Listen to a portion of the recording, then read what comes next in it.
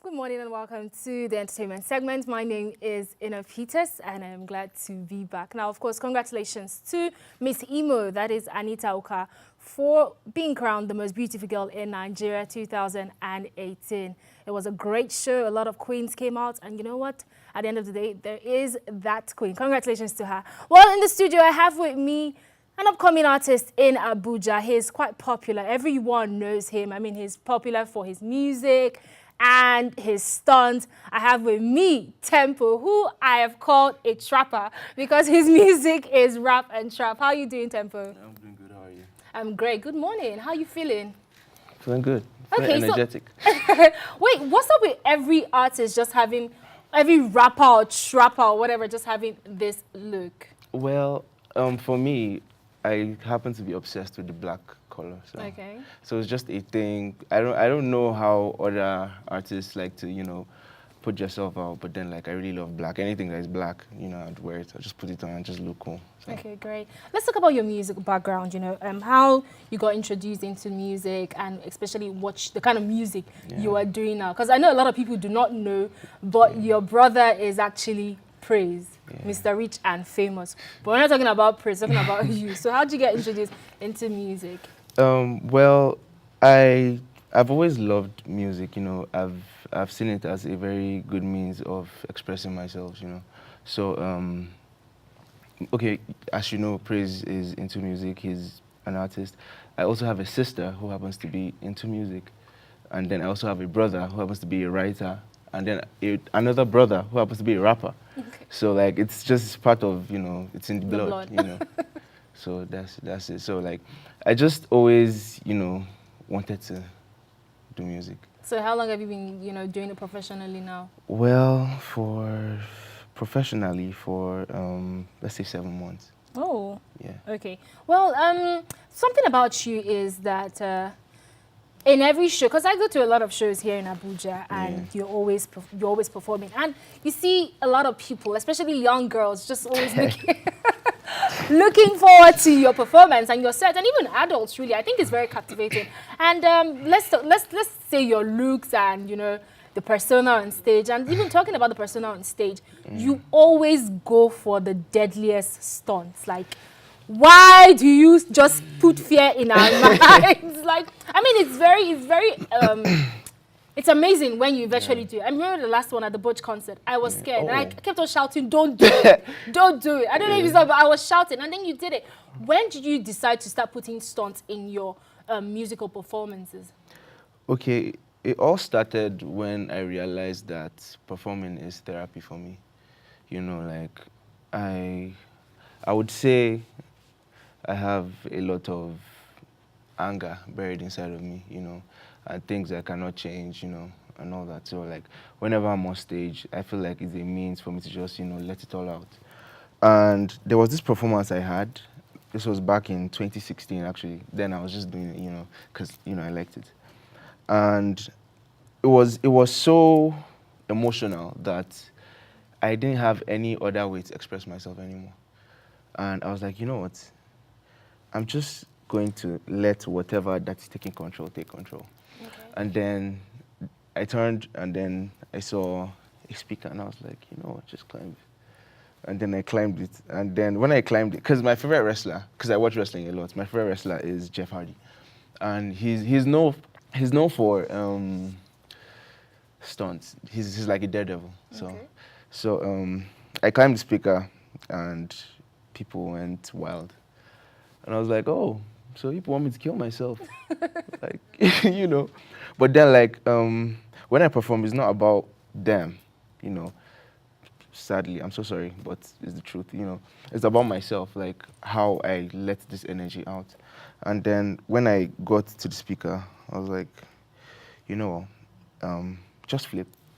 Okay, and that was it. And I just did it. And then the minute I landed, like, I felt like I was a new person. Like, I felt like, because I was scared, and what kept going on in my mind was, what if you fall? What if you fall? What if you fall? In my head, I was like, if I fall, I'll go viral. But I would die. So I thought, and I was like, just do it. Yeah, and Just do it. You know. well, you just said now that it comes from anger. Yeah. So can we talk about that? What anger especially? Well, What is not right in your life? you know, well, that is, a different aspect. But then, like, I'll just say, things that you, I can't change. Okay. Just things about the past, and things that are just pissing me off. So I just let it all out on the stage. Things about Nigeria, if it's vexing me, I let it out on the stage. If I'm broke, I let it out on the stage. If you piss me off, I let it out on the stage. Okay, talking about being broke sometimes.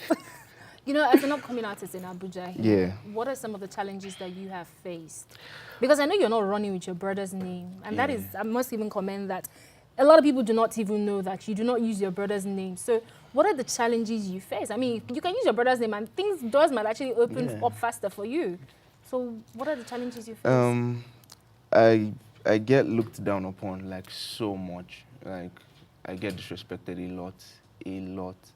And then there was this one time someone treated me really badly, and then later he saw me perform, and then he was like, "Oh, so you do this? That's really nice. I really like. You should give me a call." And then someone that knew my brother came and was like, "This is Praise's brother," and then he was like, "Are you serious? You know what? We need to see tomorrow."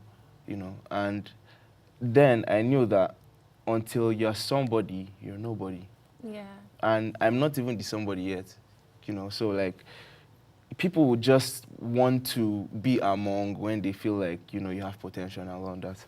But I feel in Abuja we have a lot of things to treat, like, Okay. and it has to do with upcoming artists most especially.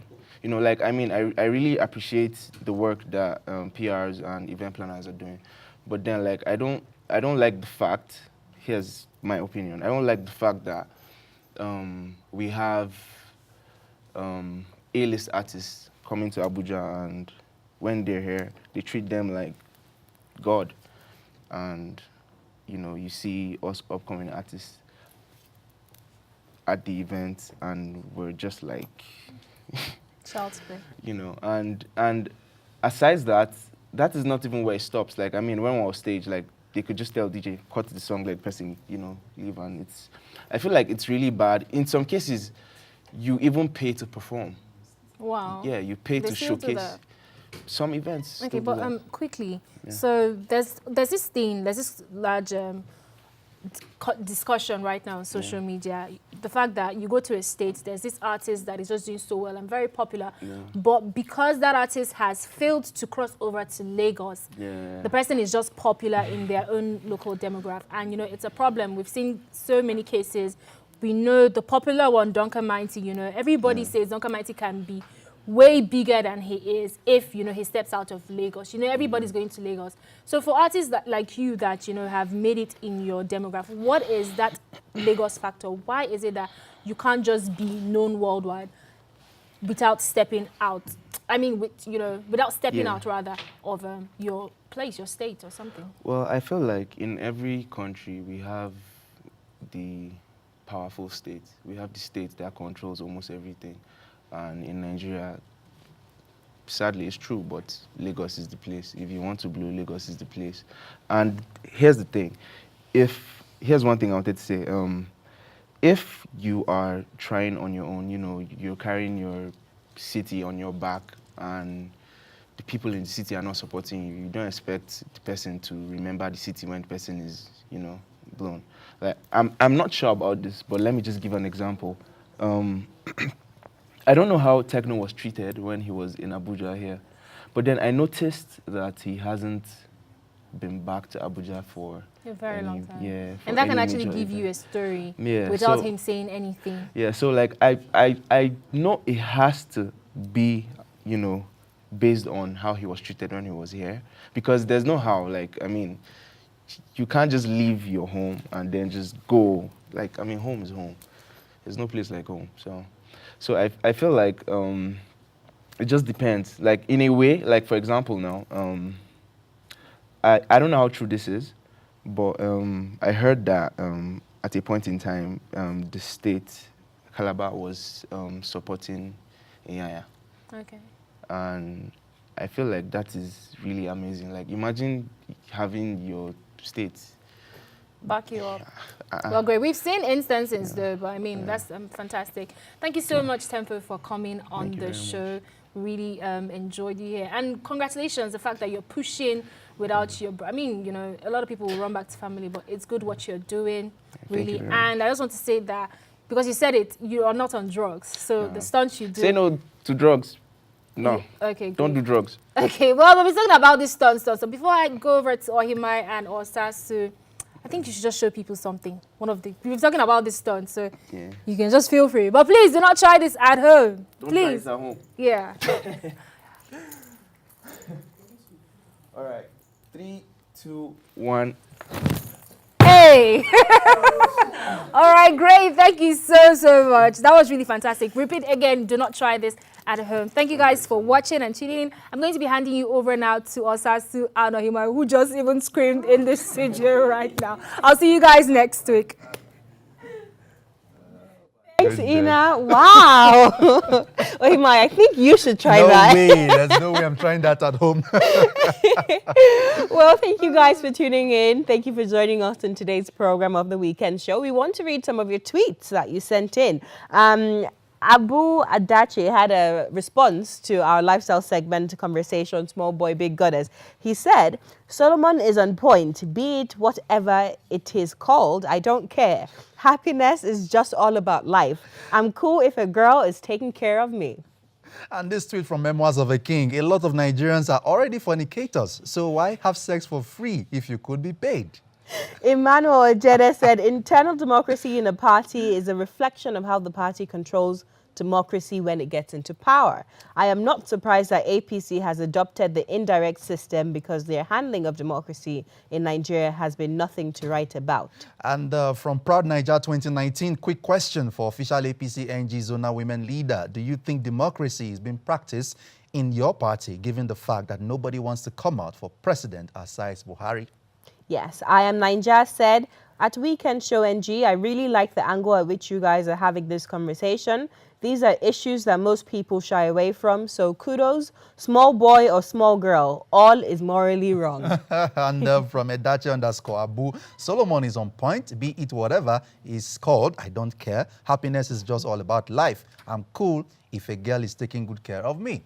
Well, that's all we can take on today's program. Don't forget, you can watch all the clips that we didn't have time to bring to you on today's program on our website, www.weekendshowng.com. And of course, follow the conversation on social media at Weekend Show NG on Facebook, Twitter, and Instagram.